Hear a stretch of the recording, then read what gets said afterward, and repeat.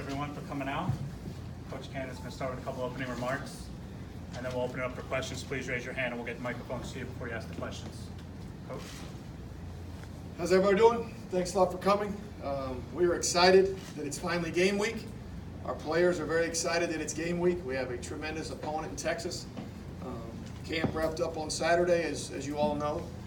Our players did a tremendous job of focusing on each other, focusing on sticking together, obviously continuing to think about, talk about, grieve about, and find different ways to play for Jordan, and that's something our entire program is doing, and we're very proud of the way our players are handling that, going through that, and as we've said the last time we spoke, that's an ongoing process, and our players are doing a great job with that. So really excited about that.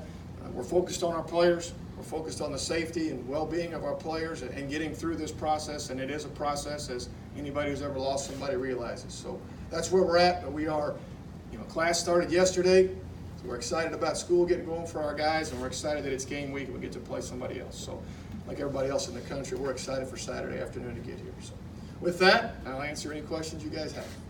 Questions? Start with Don. Matt, given the circumstances with this preseason, what they've been through, do you feel that they are totally focused on, they've been able to focus on Texas without having the distractions creep into practice, creep into preparation? The honest answer is I hope so. We're working very hard at it. We talk all the time about being right here, right now. The best I can be is what I can do right here, right now. Everything behind me is behind me. We talk about it probably daily as a team, and I couldn't be prouder of the way they're working at it. As I mentioned, we've all had grieving processes and things like that to deal with. So we're helping each other. When somebody's having a tough day, we try to help each other out. But I think everything that they've dealt with, they've done the best job they could possibly do. I think we're as ready as we could be given the situation that we're in. I feel very good about that. Questions? That'd be awesome if we're done. I'm not. Have you decided on a starting quarterback, and how has it been for you being the head coach / offensive coordinator? I have decided on a starting quarterback, but we're not going to discuss that today. I'm really focused on being the offensive coordinator most of the time. That's my job. Obviously, this situation has occurred. I've met with the defensive players, as I mentioned the last time we spoke, and certainly am more involved with the players on defense, trying to get around them, letting them know I'm there, I'm available. That's a different situation than when you're just the OC. But as far as the football part, I'm focused on football. I've talked to a couple guys who call plays and are head coaches, and certainly not in this situation, and trying to map out a schedule and the way I'm going to do it. But the main focus for me is to make sure I still do the job that I'm supposed to do, which is being the offensive coordinator. So we're doing a good job. Our staff's working very hard, and we're sticking together. Emily from the Post. How do you balance the focusing on the game aspect of it without being insensitive to the death of Jordan and players who are still grieving? Well, I think, again, we've been dealing with this for a couple months, and it's been a very up and down situation. We deal with grief differently. Every player does, every person does, every family does. So we're never going to be done with that. It's not like it's ever going to go away, and we're not asking it to go away. But we do try to play football, as our players, I think, did a great job last week talking about how they want to honor Jordan. When our players play, they want to play well. They want to play well for each other. They want to play well for Jordan. That's important to them. So they're kind of separate. I mean, it's always there, don't get me wrong. All the things we're doing, his locker and those things, Jordan's always with us. But we're trying to, when we're doing our job, let's go do our job. And whether that's going to school, again, that's our focus. But right here, right now. Yesterday we went to class, we told them let's focus on school. When we come to practice, let's focus on practice. And then there's time for other things. So we're doing the best we can, and that's all we can do. Roman from the Post. Yeah, have you spoken with the investigation with the Regents? And I guess the second part of that is have you tried to tone things down or stamp your own personality on things at all, just being a first-time head coach and just trying to, I guess, bring your own feel to being in charge? As far as the commission goes, they're handling all that. We're dealing with them. We're doing anything they ask us to do. I know their charge is to get this wrapped up and find what they need to find, and we're doing anything we can as a staff to support them in that. And whatever they want us to do, we're doing. as far as me being a head coach, this is an interim head coach. It's a day-to-day deal for me right now. So, there's not a stamp going on anything as far as that. We've got a defensive staff, a special teams staff, an offensive staff.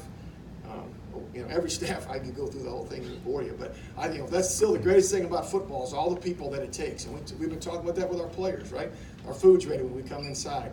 The strength staff's ready when we go there. The tape's ready when we go to the training room. So I'm not stamping anything. We've been doing this for a couple of weeks, and I've just been doing the best I can. When I wake up in the morning, when we go to bed, and I say I because you asked me the question, but I think our entire staff is doing that. It's a day-to-day deal to do the best we can for our players, to put them in the best position we can to play, to go to school, and to deal with the situations we're dealing with. Dave, WTOP. Coach, what jumps off the tape when you look at Texas and specifically their quarterback Sam Ehlinger? What separates him from some of the other quarterbacks you guys have? Well, obviously Texas has a great talent. We all know that. They recruit well every year. It's going to be the second year for their staff, and they certainly continue to get better last year on both sides of the ball. Very talented quarterback. He can run well. He can do certain things with the ball in his hand, and I know our guys on defense are, realize there's a great challenger. So we're playing a tremendous opponent on Saturday, and we all realize that. So we're focusing on that. But they're a very good football team. Heather, ESPN. How much communication have you had with DJ? As I talked about, last time we talked a little bit, but other than that, kind of keeping that between he and I. Matt, just to be clear, you didn't answer the question about whether you met with the Walters Inc. people or with the commission. Did you meet with both of those? When did that happen? And did all the assistants who were there on May 29th meet with both of those panels? Yes. Across the board. Across the board. Hey, Matt, how much knowledge do you have maybe on the length of DJ Durkin's leave, and how difficult maybe has it been of taking things day to day if that's the case? I don't have any other way to do it but day to day. And I respect your question. I appreciate the question, and that's my answer. And it's not, you're all here to ask questions, and that's my answer. Every day I wake up, I've been put to charge of being interim head coach, try to do the best we can. And when I wake up, I do it. Until somebody tells me something different, I'm going to do that. And when they do, I'll do that. Can you compare and contrast your time with Pitt, LSU, how that got you ready to have a big game when you're prepping for a big game as a head coach today? Again, there have been a lot of big games. Yeah, I think my entire career and our staff, we all have all been part of big games, and I've been very blessed. My career has been very blessed with the people I've worked with, the places I've been, the people we've played, the players I've got to coach. So all those things come along, and you think about certain situations at certain times. And obviously, we all try to recall back things that helped us. We're doing that. So I'm very fortunate. Again, we're just sticking together as a staff. I'm the guy standing up here, but we're all just going to hang in there together. It's not about me. Heather. What measures were taken to ensure that players and coaches could speak freely to investigators without any fear of repercussions? Again, I'm not going to get totally into all that. That's the commission's deal, and they've got a great charge. But it was very clear that we're going to be. We as a program, player, staff, building, we want this to come to whatever conclusion they find. That's their job. Our job is to be honest and to focus on school and football, and that's what we're doing. And I think everybody feels good about that.